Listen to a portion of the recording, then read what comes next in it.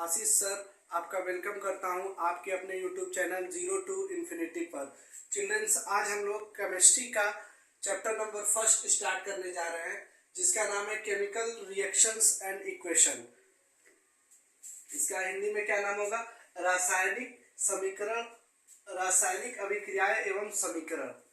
The Hindi name is रासायनिक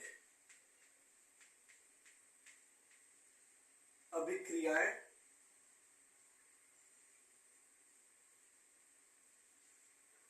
और समीकरण। क्लियर? ये क्लास बाइलिंगुअल होगी ताकि जो हिंदी में बच्चे समझ पाते हैं उनके लिए भी हेल्पफुल हो। तो चिल्ड्रंस, चलिए स्टार्ट करते हैं। आई होप जो मैंने पहले वीडियोस डाले हुए वो सब आपके लिए बेनिफिशियल साबित हो रहे होंगे और आपको वीडियोस अच्छी भी लग रही होगी। तो बच्चों, इस वीडियो को भी आप लोग देखिए। No doubt this video will be also helpful for you. Now I am going to start the chapter.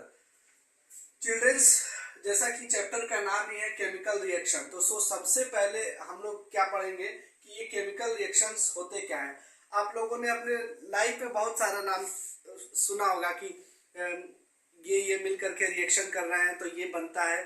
आखिर ये लेकिन रिएक्शन होता क्या है? तो चलिए हम लोग स्टार्ट करते हैं। केमिकल रिएक्शन, मैंने डेफिनेशन लिखा हुआ है, the process in which new substances with the new properties are formed from one or more substance is called chemical reaction. क्या मतलब हुआ? द प्रोसेस मीन्स ऐसा प्रोसेस इन विच, जिसमें न्यू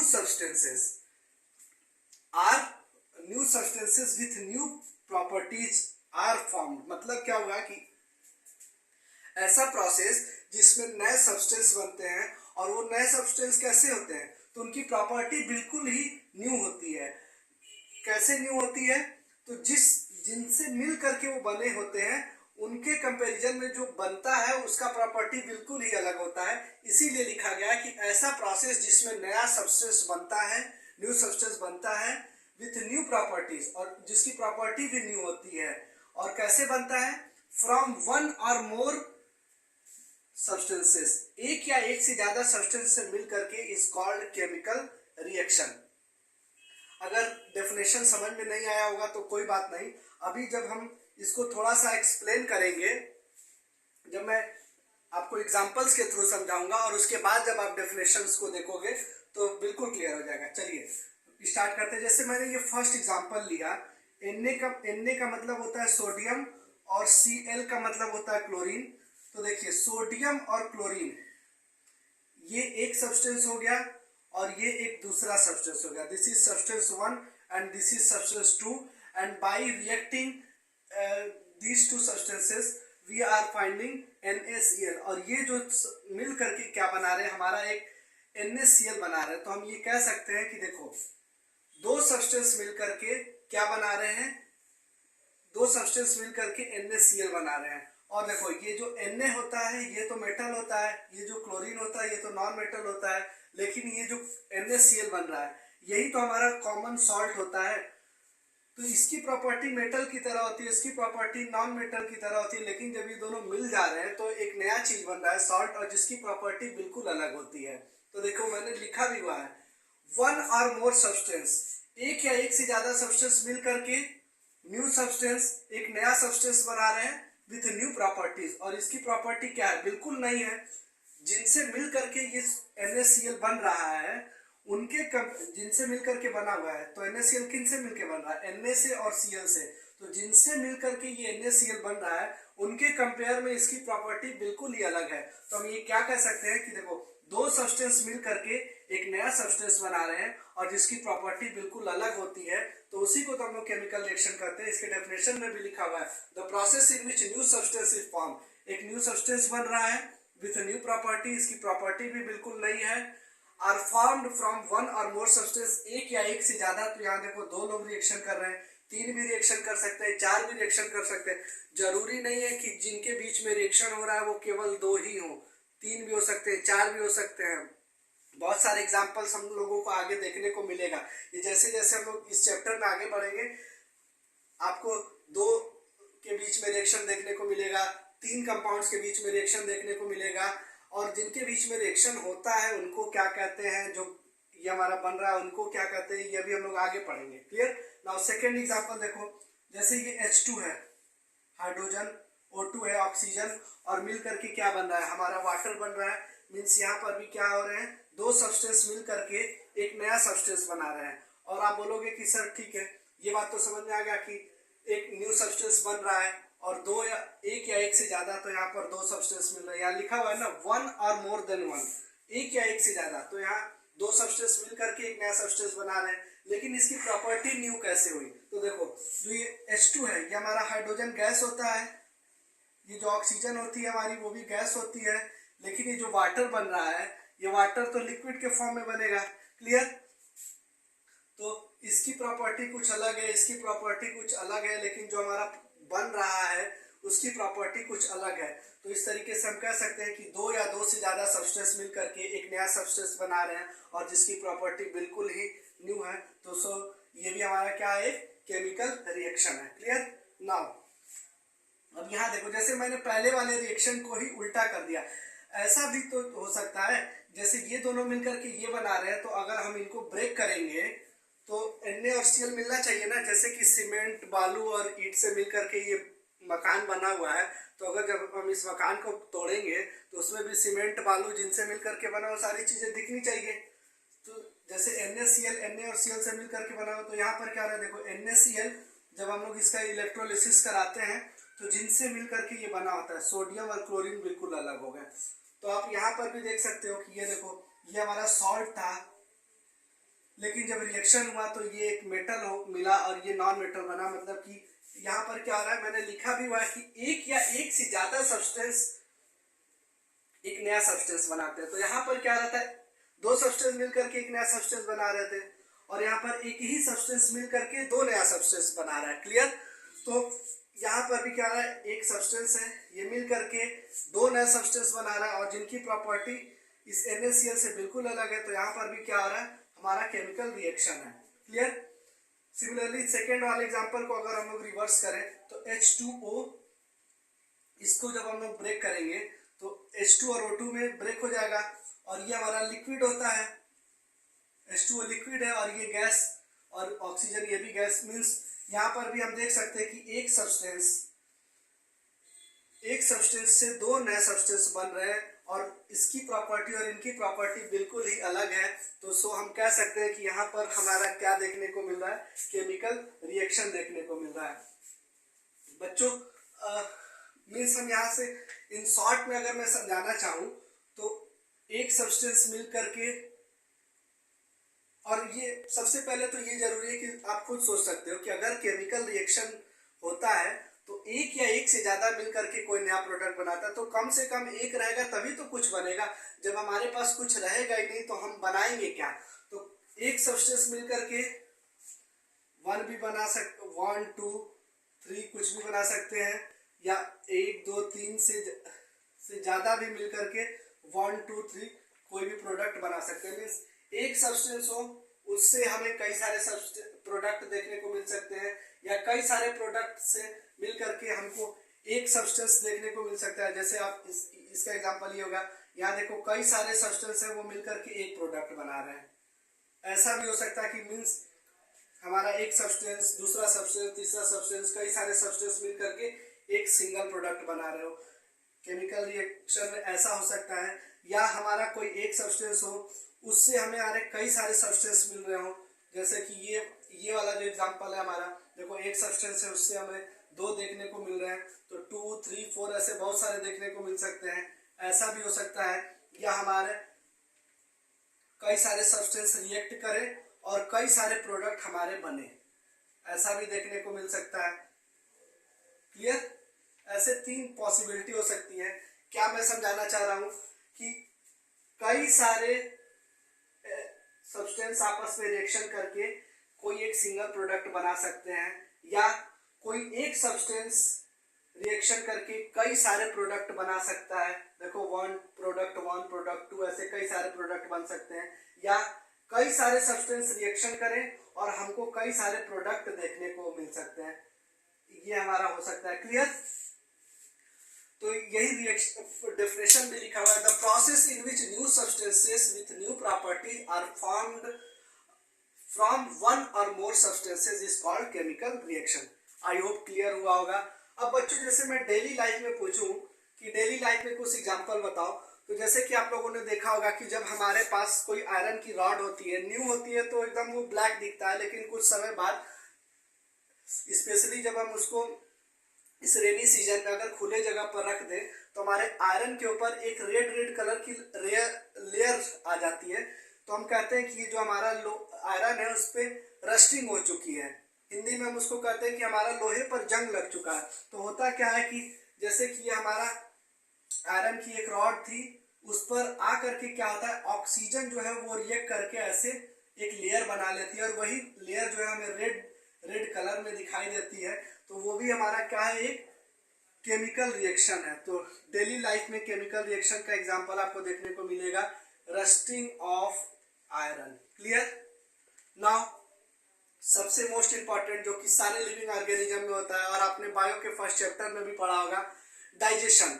जैसे ही हम अपने खाने को फूड को मुंह में रखते हैं वैसे ही डाइजेशन स्टार्ट होने लगता है और अलग अलग स्टेप्स पर उसमें से कार्बोहाइड्रेट ब्रेक होंगे, प्रोटीन ब्रेक होते हैं, विटामिन अलग होते हैं, ऐसे बहुत सारा प्रोसेस होता है और फाइनली जो हमारा फूड होता है वो ग्लूकोज में कन्वर्ट हो जाता है। मीन्स जो डाइजेशन है वो भी हमारा एक कैसा प्रोसेस है, digestion is a chemical example of a chemical reaction. Similarly आप लोगों ने कर्ड सुना होगा, curd changes into milk, sorry milk changes into curd.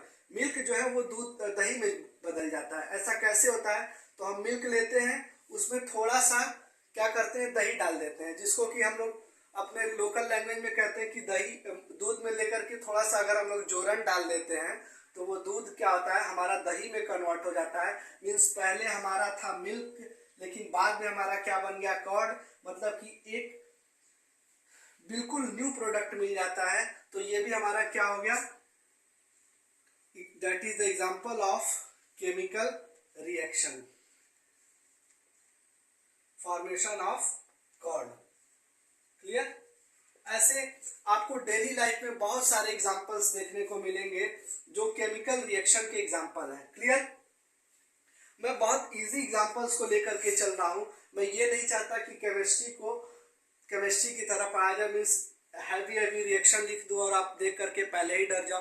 क्योंकि मेन क्या है, आपको तो बस मेन समझने से मतलब है ना कि केमिकल रिएक्शन होता क्या है। तो आप ऐसे भी समझ सकते हो कि या तो एक प्रोडक्ट होगा या एक से ज्यादा, सॉरी, या तो एक सब्सटेंस होगा या एक से ज्यादा सब्सटेंस होगा, और जो बनेगा वो भी एक भी बन सकता है या एक से ज्यादा भी बन सकता है। Means single one or more than one substance react करके वन या मोर देन वन प्रोडक्ट बनाते हैं, और जो सब्सटेंस रिएक्ट करते हैं उनकी प्रॉपर्टी और जो हमारा प्रोडक्ट बनता है उनकी प्रॉपर्टी बिल्कुल ही अलग होती है।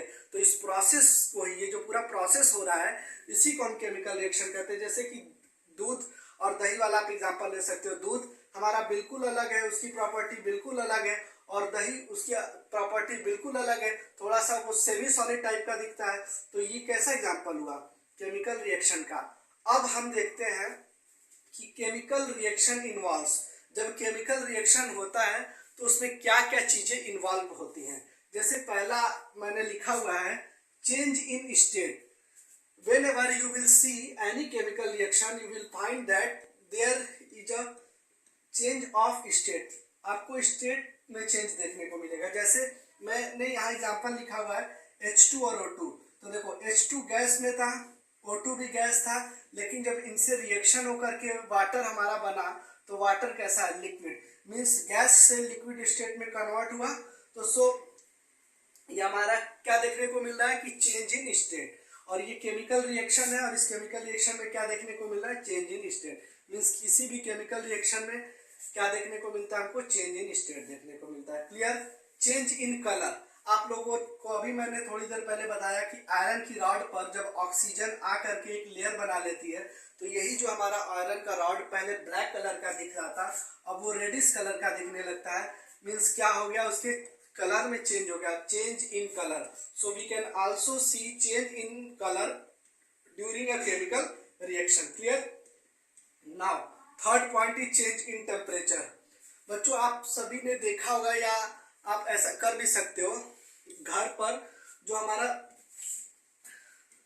जिसको calcium hydroxide CaOH whole twice, this is the formula of calcium hydroxide. ये जो कैल्शियम हाइड्रोक्साइड होता है जिसको कि हम लोग चूना कहते हैं, है ना, आप लोगों ने घर की दीवारों पर देखा होगा कि दीवारों पर लगाते हैं। जैसे ही उस चूने को हम पानी में डालते हैं तो क्या होता है, वो पानी खौलने लगता है। मीन्स क्या होती है, पहले पानी ठंडा था वही पानी खौलने लगा, मीन्स उसके टेम्परेचर राइज हो गया, मीन्स टेम्परेचर में चेंज हो गया। या आप लोगों ने ये भी देखा होगा जैसे कि हम लोग ठंडी के दिनों में वो पीते हैं ग्लूकोज, तो उस ग्लूकोज को जब हम पानी में डालते हैं तो जैसे ही ग्लूकोज पानी में डिसॉल्व किया जाता है वो पानी देखो पहले के कंपेयर में थोड़ा ठंडा हो जाता है, मीन्स चेंज इन टेम्परेचर हुआ ना। तो ये हमको केमिकल रिएक्शन में चेंज इन टेम्परेचर देखने को मिलता है। Clear? Now evaluation of gases, और गैस भी निकलती हुई दिखाई देती है। जब आप देखोगे चूने को पानी में डालोगे तो वो खौलने लगेगा और ऐसे धुआं टाइप का निकलता है, गैसेस निकलती है। या आप ये एग्जांपल देख सकते हो, देखो जैसे वाटर था उसको जब मैंने इलेक्ट्रोलिसिस कराया तो हाइड्रोजन गैस और ऑक्सीजन गैस क्या हो रही है, निकल रही है, रिलीज होती है। तो इसी को हम लोग कहते हैं कि evaluation of gases. Means during a chemical reaction we can also see the evaluation of gases. Means these are the four things which occurs during a chemical reaction. The first one is change in state. You can see the change in state during a chemical reaction. Second one is change in color. During a chemical reaction you can see there is a change in color. Third point is change in temperature. You can see that there is a change of temperature during a chemical reaction. And the fourth one is evaluation of gases. During a chemical reaction you can see that there is a gas which evaluates. Clear? Now students अब हम लोग आगे बढ़ते हुए अपना next point देखते हैं कि मैंने अभी तक आप लोगों को क्या बताया कि केमिकल रिएक्शन क्या होता है। तो केमिकल रिएक्शन में मैंने आप लोगों को इन शॉर्ट में बस आप ये समझिए कि मैंने ये बताया कि कोई एक सब्सटेंस रिएक्शन करके कई सारे सब्सटेंस भी बना सकता है। क्लियर? एक सब्सटेंस रिएक्शन करके कई सारे सब्सटेंस भी बना सकता है, या कई सारे सब्सटेंस, है ना, कई सारे सब्सटेंस रिएक्शन करके कोई एक सिंगल प्रोडक्ट भी बना सकता है। क्लियर? यहाँ मैंने क्या लिखा हुआ, कोई एक सिंगल सब्सटेंस था वो कई सारे प्रोडक्ट बना रहा है। क्लियर? मैंने इसका एग्जांपल भी दिया हुआ है पीछे, और इसका क्या मतलब हुआ कि कई सारे सब्सटेंस मिल करके कोई एक सिंगल प्रोडक्ट बना रहे हैं। क्लियर? और इनकी प्रॉपर्टी बिल्कुल अलग होगी, तभी केमिकल रिएक्शन होगा।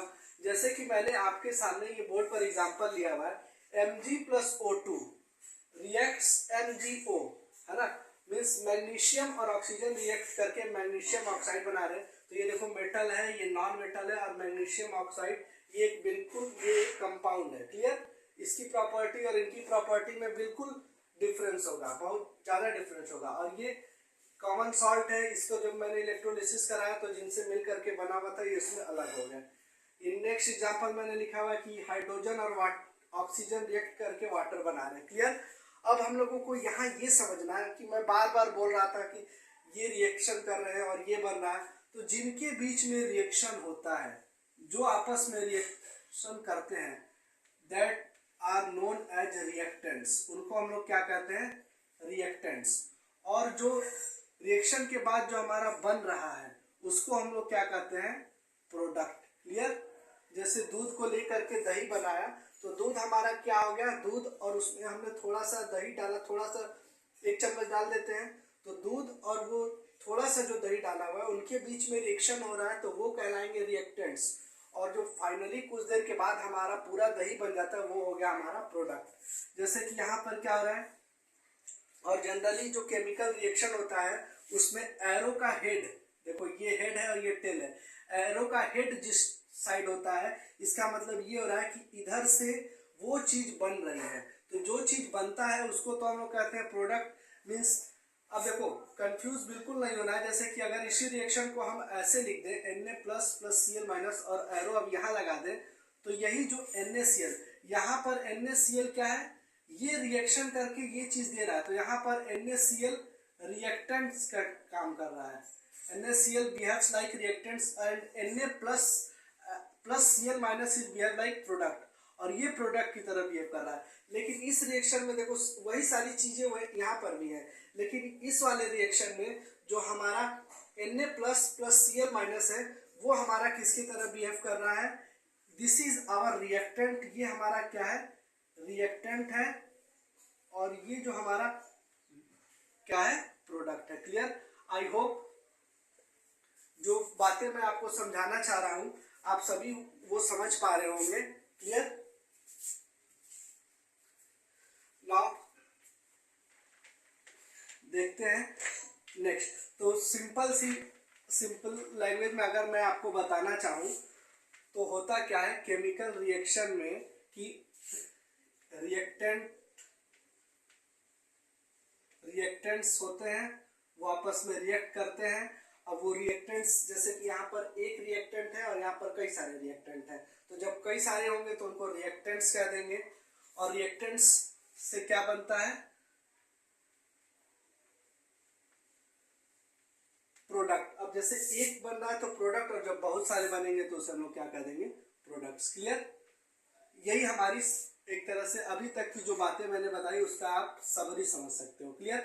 नाउ अब हम इसको थोड़ा सा इस बात को अपने आगे बढ़ाते हुए अब हम ये देखेंगे कि जो केमिकल रिएक्शन तो हो गया, और मैंने ये भी बताया कि केमिकल रिएक्शन में क्या क्या चीजें इन्वॉल्व होती हैं। Clear? Now ways of representing a chemical। अच्छा बच्चों, इस पूरे चैप्टर में अब मैं रिएक्शन, जो कि इतना बड़ा होता है रिएक्शन की स्पेलिंग, इसको शॉर्टकट में हम लोग RX उसके ऊपर N लिखते हैं, तो अब मैं ऐसे लिखूंगा RXN, ways of representing a chemical reaction. Chemical reaction को रिप्रेजेंट करने के कितने तरीके हो सकते हैं। क्लियर? तो there are two methods of representing a chemical reaction. The first method is known as word reaction. Clear? And the second one is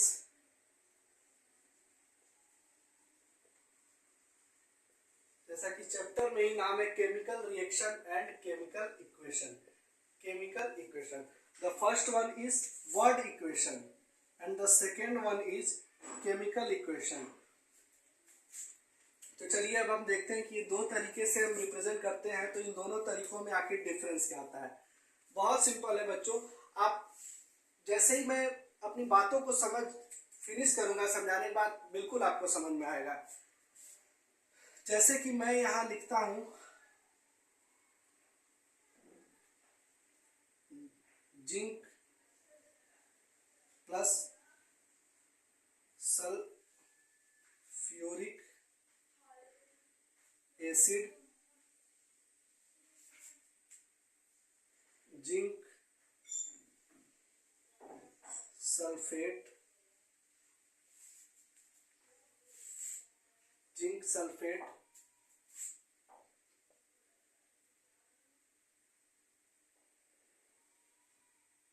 plus hydrogen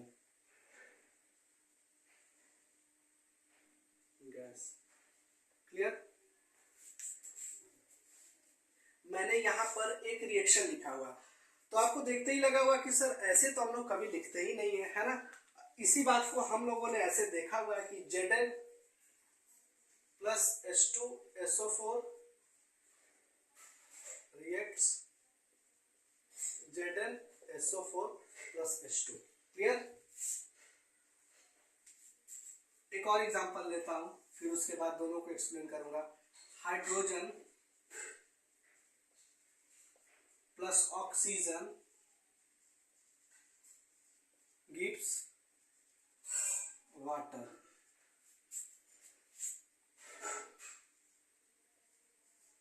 H2 plus O2 gives H2O। Arrange कर।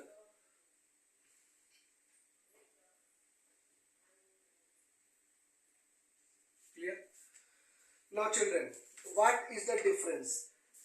मैंने अभी बताया कि जो chemical reaction होता है उस reaction को रिप्रेजेंट करने के दो तरीके होते हैं।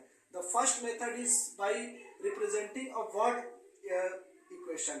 वर्ड इक्वेशन मतलब कि जो रिएक्शन हो रहा है उसमें जो भी हमारे रिएक्टेंट्स पार्टिसिपेट कर रहे हैं हम सीधे क्या करें, उनका नाम लिख दें। जैसे कि हाइड्रोजन पार्टिसिपेट कर रहा है, ऑक्सीजन पार्टिसिपेट कर रहा है, और जो प्रोडक्ट बन रहा है दैट इज वाटर। तो अगर हमें उसका फार्मूला सिंबल नहीं पता तो हम सीधे लिख दें hydrogen plus oxygen gives water. तो इसको देख करके आप बोल सकते हो कि हाइड्रोजन है, ऑक्सीजन है, रिएक्ट कर रहे हैं और क्या बन रहा है, वाटर बन रहा है। एग्जाम्पल फर्स्ट में मैंने लिखा हुआ है जिंक है, सल्फ्यूरिक एसिड है, इन दोनों के बीच में रिएक्शन हो रहा है और जिंक सल्फेट बन रहा है और हाइड्रोजन गैस क्या हो रही है, रिलीज हो रही है। बट यही जो मतलब इन बातों का है वही मतलब इन बातों का भी है। लेकिन यहाँ पर क्या किया है मैंने कि सीधे जो रिएक्टेंट्स हमारे रिएक्शन में पार्टिसिपेट कर रहे थे उनका मैंने डायरेक्टली नाम ना लिख करके मैंने उनका क्या यूज किया है, सिंबल यूज किया है या उनके फार्मूला का यूज किया है। जैसे कि अगर कोई एलिमेंट होगा तो एलिमेंट का तो सिंबल होता है, और जब कोई कंपाउंड होगा जैसे कि H2SO4 सल्फ्यूरिक एसिड, ये एक कंपाउंड है तो इसका केमिकल फार्मूला होगा। मीन्स सीधे हम एलिमेंट या कंपाउंड का नाम लिख करके रिप्रेजेंट कर दे रहे हैं और जो बन रहा है डायरेक्ट उसका नाम लिख दे रहे हैं। तो इसको हम कहते हैं वर्ड इक्वेशन। इस मेथड को क्या कहते हैं, वर्ड इक्वेशन। और वही दूसरी तरफ जो रिएक्शन में पार्टिसिपेट कर रहे हैं मीन्स जो रिएक्टेंट्स हैं उनका हम नाम ना लिख करके उनके सिंबल्स का यूज करें। जैसे कि यहाँ जिंक हमारा ये एक एलिमेंट है तो इसका हमने सिंबल यूज किया, H2SO4 ये हमारा कंपाउंड है तो इसका हमने केमिकल फार्मूला यूज किया। मीन्स जिनके बीच में रिएक्शन हो रहा है डायरेक्ट उनका नाम ना लिख करके जब हम उनके सिंबल और उनके केमिकल फार्मूले का यूज करते हैं और साथ ही साथ जो प्रोडक्ट बन रहा है उसका भी हम लोग नाम नहीं लिख रहे हैं, जो प्रोडक्ट बन रहा है उसका हम लोग क्या लिख रहे हैं, फार्मूला लिख रहे हैं। तो इस तरीके को हम लोग कहते हैं केमिकल इक्वेशन। दोनों का मतलब एक ही है, लेकिन ये क्या है कि हमने डायरेक्ट जिनके बीच में रिएक्शन हो रहा है यहाँ पर उनका नाम लिख दिया गया और जो बन रहे हैं उनका नाम लिख दिया गया। और यहाँ पर क्या हो रहा है, जिनके बीच में रिएक्शन हो रहा है उनका फार्मूला यूज किया गया है और जो प्रोडक्ट बन रहे हैं उनका भी फार्मूला लिखा गया है। तो आप बोलोगे कि सर आपने ये बताया, वर्ड इक्वेशन के बारे में बताया, केमिकल इक्वेशन के बारे में बताया, आखिर आपने ये बताया क्यों, इसका फायदा क्या है? तो देखो बच्चों, सबसे पहली बात तो आप लोगों ने अभी तक जितना भी केमिस्ट्री पढ़ा होगा तो उसमें इस तरीके का यूज कभी नहीं किया होगा। हमेशा आप लोगों ने देखा होगा कि केमिकल फार्मूला जब भी हम रिएक्शन लिखते हैं तो हम सीधे, जैसे कि कोई भी रिएक्शन लिखेंगे, आपने बायो में भी पढ़ा होगा फोटोसिंथेसिस रिएक्शन के बारे में कि 6CO2 + 6H2O reacts 6O2 reacts C6H12O6 + 6O2 + 6H2O। Clear? तो यहाँ पर भी देखो बच्चों, क्या मैंने ये लिखा क्या कि कार्बन डाइऑक्साइड है, carbon dioxide plus water reacts करके क्या बना रहे हैं, glucose plus oxygen plus water. क्या मैंने उनका नेम लिखा? नहीं, मैंने उनका फार्मूला लिखा हुआ है। ऐसा हम क्यों करते हैं, अब इसी बात को समझना है। मीन्स यहाँ से ये बातें तो क्लियर हो गई कि वर्ड इक्वेशन का यूज हम लोग नहीं करते हैं। मीन्स ये जो मेथड है केमिकल रिएक्शन को रिप्रेजेंट करने का, ये मेथड जो है वो पॉपुलर नहीं है। क्लियर? हमारा पॉपुलर कौन सा मेथड है, वही मेथड पॉपुलर है। तो कोई भी चीज पॉपुलर है तो क्यों है, उसके पीछे कुछ ना कुछ रीजन होगा।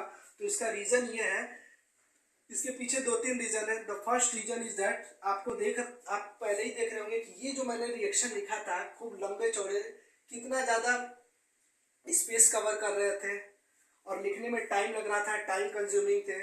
वही जो केमिकल इक्वेशन होता है जिसमें कि हम लोग रिएक्टेंट्स और प्रोडक्ट को उनके फार्मूले के थ्रू रिप्रेजेंट करते हैं, उसको लिखने में हमारा क्या लगता है, टाइम बहुत कम लगता है। मीन्स ये हमारा क्या है, टाइम सेविंग है। क्लियर।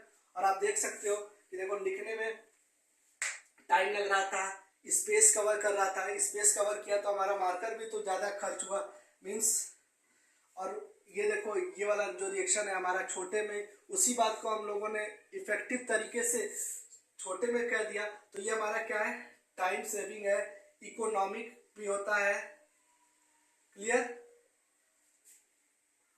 और इसको हम इजीली अंडरस्टैंड भी कर सकते हैं। इन्हीं सारी वजहों से ये जो हमारा केमिकल इक्वेशन वाला मेथड है ये हमारा क्या है, पॉपुलर है। तो केमिकल इक्वेशन, अब हम लोग इसकी डेफिनेशन देखते हैं। Clear now. तो चिल्ड्रन, मैंने जैसा कि अभी आपको बताया कि किसी केमिकल रिएक्शन को रिप्रेजेंट करने के दो तरीके होते हैं। The first method of representing a chemical equation is word equation and the second method is chemical equation. जिसमें से मैंने आपको ये बताया कि जो वर्ड इक्वेशन क्या होता है, तो जिन भी एलिमेंट्स के बीच में रिएक्शन हो रहा है हम पूरा का पूरा उनका जो नाम है वो सीधे नाम लिख दें, जैसे कि oxygen plus hydrogen gives water, तो इसको हम कहते हैं वर्ड इक्वेशन। और वहीं हम उनके नेम की जगह अगर सिंबल्स का यूज कर रहे हैं, जैसे H2 plus O2 gives H2O, तो इसको हम कहते हैं केमिकल इक्वेशन। और केमिकल इक्वेशन का यूज हम लोग इसलिए करते हैं क्योंकि ये इससे टाइम भी बचता है हमारा, और ये इकोनॉमिक भी होता है और इजी टू अंडरस्टैंड होता है, इसको हम लोग इजीली समझ सकते हैं। ये सारे रीजन है जिसकी वजह से हम क्या करते हैं, केमिकल इक्वेशन का यूज करते हैं। तो केमिकल इक्वेशन का डेफिनेशन क्या है, तो जैसे मैं अगर आपसे बोलूं कि हाइड्रोजन और ऑक्सीजन, हाइड्रोजन और ऑक्सीजन रिएक्शन करते हैं और वाटर बनता है। क्लियर। तो ये चीजें होता है कि हाइड्रोजन ऑक्सीजन मिलेंगे तो वाटर बनेगा। तो इस बात को जिसके थ्रू हम रिप्रेजेंट करते हैं उसी को हम क्या कहते हैं, केमिकल इक्वेशन। ओके, क्योंकि हाइड्रोजन और ऑक्सीजन, मैंने आपको केमिकल रिएक्शन का डेफिनेशन बताया हुआ है कि दो या दो से ज्यादा सब्सटेंस मिल करके जब कोई एक नया सब्सटेंस बनाते हैं, जैसे ये हाइड्रोजन एक सब्सटेंस हो गया, ऑक्सीजन एक सब्सटेंस हो गया, मिल करके एक नया सब्सटेंस वाटर बना रहे हैं। और ये जो न्यू सब्सटेंस बनता है इसकी क्वालिटी जिनके बीच में रिएक्शन हो रहा है उनके कंपेयर में बिल्कुल ही अलग है। मीन्स ये क्या है, एक केमिकल रिएक्शन हो रहा है। यहाँ पर क्या हो रहा है, केमिकल रिएक्शन हो रहा है। और एक केमिकल रिएक्शन जिस तरीके से हो रहा है, जिसको कि हम ऐसे रिप्रेजेंट करेंगे, H2 plus O2 reacts H2O, ये केमिकल रिएक्शन है। और ये केमिकल रिएक्शन जिस तरीके से हो रहा है उसको जो रिप्रेजेंट करता है that is known as chemical equation. तो यही मैंने डेफिनेशन में भी लिखा हुआ, a chemical reaction can be represented by a chemical equation. Means जो केमिकल रिएक्शन होता है उसको हम लोग किसके थ्रू रिप्रेजेंट करते हैं, केमिकल इक्वेशन के थ्रू रिप्रेजेंट करते हैं। क्लियर। मीन्स जो रिएक्शन होता है उसको, जैसे कि आप लोगों ने रस्टिंग ऑफ आयरन देखा होगा, तो वो आयरन पे जो जंग लग रहा है, रस्टिंग हो रही है, वो किस तरीके से हो रही है, उसको जिस इक्वेशन के थ्रू रिप्रेजेंट करते हैं उस इक्वेशन को ही क्या कहा जाता है, केमिकल इक्वेशन। अब एक जो केमिकल इक्वेशन होता है उसकी क्वालिटीज क्या क्या होती हैं, उससे हमें क्या पता चलता है। तो यूजेस ऑफ सिंबल्स और केमिकल फार्मूला, जैसा कि आप देख सकते हो सिंबल का यूज किया जा रहा है, और अगर कोई कंपाउंड होगा तो उसके फार्मूला का यूज किया जाएगा। तो इसमें क्या देखने को क्या करते हैं, हम सिंबल्स का यूज करते हैं या केमिकल फार्मूला का यूज करते हैं। क्लियर। सेकेंड लिखा हुआ है इंफॉर्मेशन अबाउट स्टेट। जो एक केमिकल इक्वेशन होता है उसके नीचे या एकदम हमको कंप्लीट इंफॉर्मेशन देखने को मिलती है। जैसे कि अगर हम एग्जांपल लें, if I took the example of burning of coal in the presence of oxygen, जैसे हम कोल को ऑक्सीजन में जलाएं, तो कोल क्या होता है, कोल मीन्स कार्बन, और वो सॉलिड स्टेट में होगा तो उसके बगल में ऐसे S लिखा रहता है। मीन्स इसको देख करके हमें ये पता चला कि जो कार्बन है वो सॉलिड स्टेट में है। उसको हम ऑक्सीजन के प्रेजेंस में क्या करा रहे हैं, बर्न करा रहे हैं, तो ये O2, और उसके बगल में ही ब्रैकेट में G लिखा रहेगा। G का मतलब गैस, ये जो ऑक्सीजन है वो गैस है। और जब रिएक्शन हो रहा है तो क्या बनेगा, CO2, और उसके बगल में भी ऐसे गैस लिखा रहेगा। मीन्स आपको ये केमिकल इक्वेशन देख करके स्टेट भी आप बता सकते हो कि कार्बन सॉलिड स्टेट में, ऑक्सीजन सॉलिड स्टेट में, CO2 सॉलिड स्टेट में। तो यही लिखा गया कि it gives the information about the state. Clear. Now the next point is necessary conditions such as temperature, pressure, और एनी कैटालिस्ट। अब जैसे टेम्परेचर प्रेशर तो आप फिर भी समझते होंगे, कैटालिस्ट क्या होता है थोड़ा सा हम पहले इसको समझ लेते हैं, फिर मैं बताऊंगा कि इस पॉइंट का क्या। कैटालिस्ट क्या होते हैं, जैसे अब आप लोगों ने सुना होगा कि आग में घी डालना, जैसे कि आग जल रहा है उसमें और घी डाल देंगे तो क्या होगा, आग तेजी से जलने लगेगा। क्लियर?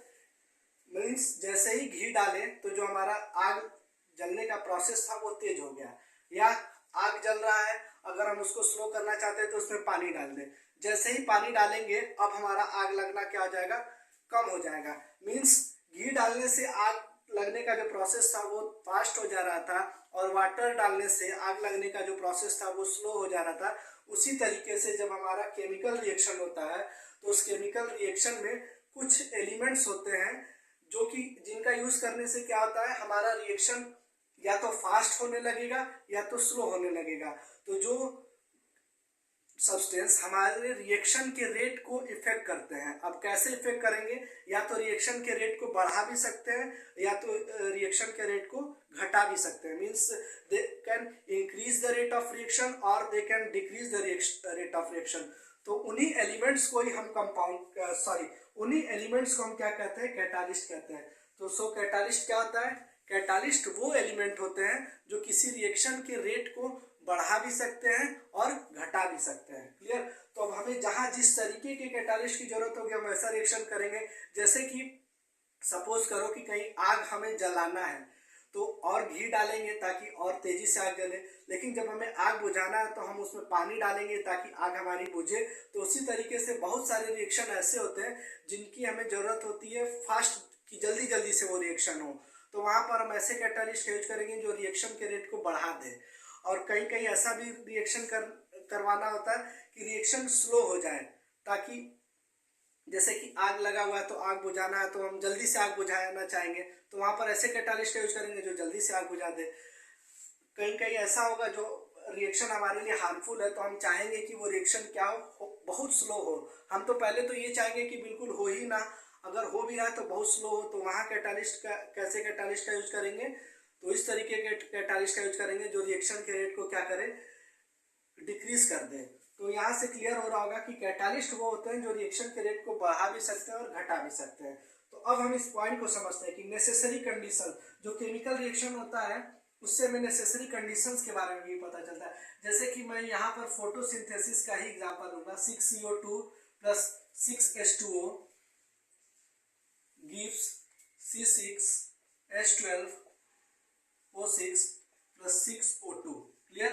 और देखो अभी मैंने बताया कि जो केमिकल रिएक्शन होते हैं उनसे स्टेट का भी पता चलता है। जैसे कि ये CO2 गैस है, ऐसे G लिखा रहेगा। H2O लिक्विड स्टेट में होता है तो यहाँ L लिखा रहेगा। क्लियर? ये जो ग्लूकोज बनता है वो यहाँ ऐसे सॉलिड स्टेट में बनेगा तो इसके बगल में S लिखा रहेगा। ये ऑक्सीजन गैस होती है तो ऐसे G लिखा रहेगा। क्लियर? स्टेट के बारे में पता चल गया।